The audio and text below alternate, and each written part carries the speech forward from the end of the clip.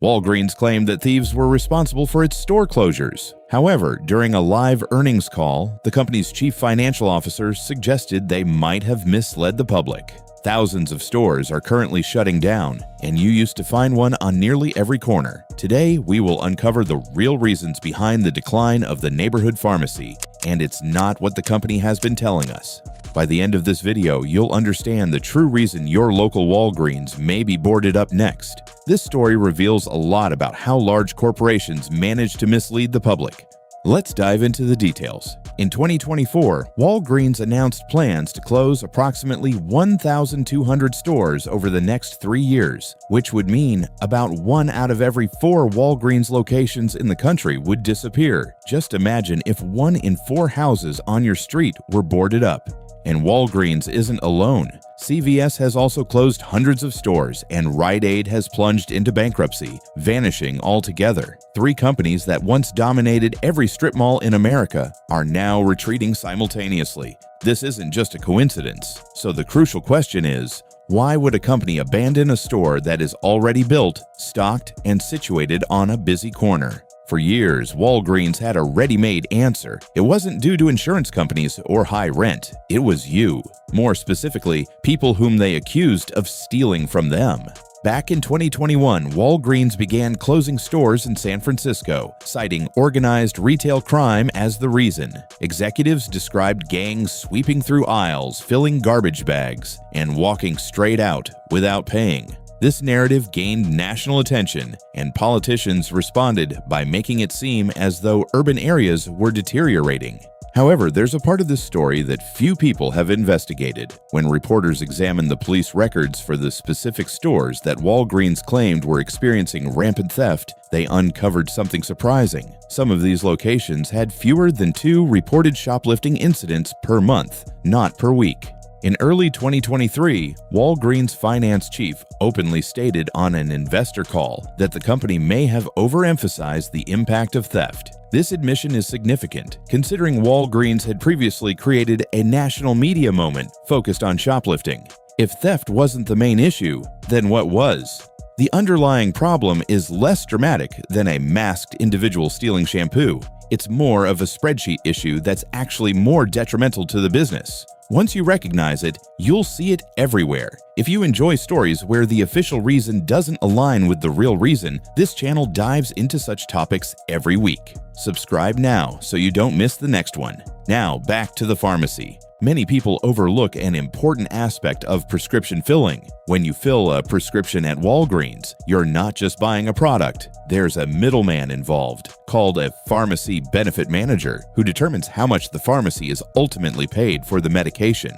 Imagine a landlord who also owns the only grocery store in town and determines the price of milk for all other stores. 3 major pharmacy benefit managers associated with CVS, United Health, and Cigna control approximately 80% of all prescriptions filled in America. The situation is deteriorating rapidly. A U.S. congressman who is also a pharmacist recently noted that the country is losing more than 1 pharmacy each day. This isn't just about Walgreens. It's 1 pharmacy somewhere in America every single day. It's not only the large chains that are affected. Independent pharmacies, often family-run for decades, are struggling even more. They lack the multiple locations that large chains have to absorb losses. When a pharmacy benefit manager reduces the reimbursement rate, a large chain can offset the loss elsewhere in its business, but a single independent pharmacy has no other resources to draw from. As a result, in many towns, the family pharmacy disappeared long before Walgreens did.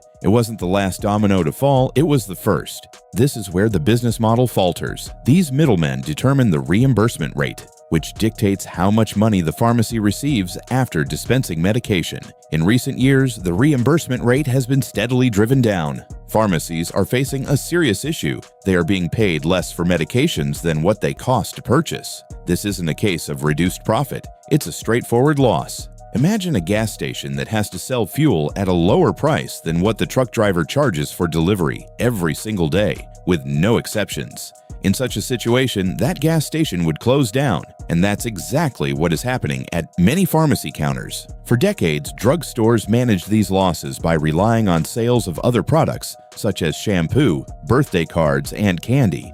at the checkout. These items were the profitable segments of their business. However, now retailers like Amazon, Target, and dollar stores are cutting into that revenue stream as well. Pharmacies are facing a double blow. Medications aren't profitable, and the snacks around them aren't helping either. This isn't just a shoplifting issue, it's a fundamental problem with the business model that has been quietly sinking, often unnoticed, until storefronts began to close down. Now, here's where it becomes more than just a business issue. It's about real people. When a pharmacy closes, especially in small towns or low-income neighborhoods, its absence creates a significant gap.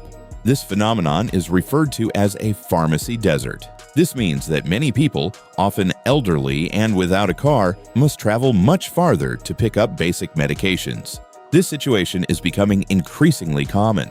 Rural pharmacies have been disappearing at a steady rate for years, with some U.S. counties relying on just one pharmacy, one closure away from having no pharmacy at all. Consider the impact on actual individuals, not just analysts on earnings calls, but real people, mothers, for example, who depend on blood pressure medication. These individuals who used to walk just 4 blocks to the nearby Walgreens now find that corner empty, and the nearest pharmacy may be a 25-minute bus ride away, assuming the bus even runs that route. This is the real cost behind the so-called retail apocalypse. It's not merely about buildings. It's about whether people can access their medications. Here's a key takeaway. When a large company gives you a reason for a closure, like theft or changing consumer behavior, ask yourself who benefits from your believing that narrative. Blaming shoplifters is convenient and doesn't require an acknowledgement that the business model is flawed or that a select few middlemen have fundamentally altered the industry behind the scenes for years. The neighborhood pharmacy isn't failing because your town is deteriorating. It's failing due to a system that allows companies to incur losses every time they dispense a prescription. So, is the neighborhood pharmacy dead? Not everywhere. Not yet. However, the familiar version you grew up with, conveniently located, open 24 hours, and run by a pharmacist who knew your name, is rapidly disappearing and unlikely to return as it once was. If your neighborhood has already lost its Walgreens, please share in the comments how far you now have to travel for your medications. I read everyone, and if you appreciate getting the real story behind the official explanations, that's the main purpose of this channel. Subscribe, turn on notifications, and I'll see you in the next one. One more thing. If this video actually changed how you see those empty storefronts in your own neighborhood, do me a favor and hit like before you go. It's a small click, but it's the single biggest signal that tells YouTube to put this in front of more people who need to see it. And if you know someone who's ever complained about their local pharmacy closing, send them this video. They deserve to know the real reason, not the excuse. Same time next week, we're pulling back the curtain on another brand quietly disappearing from American streets.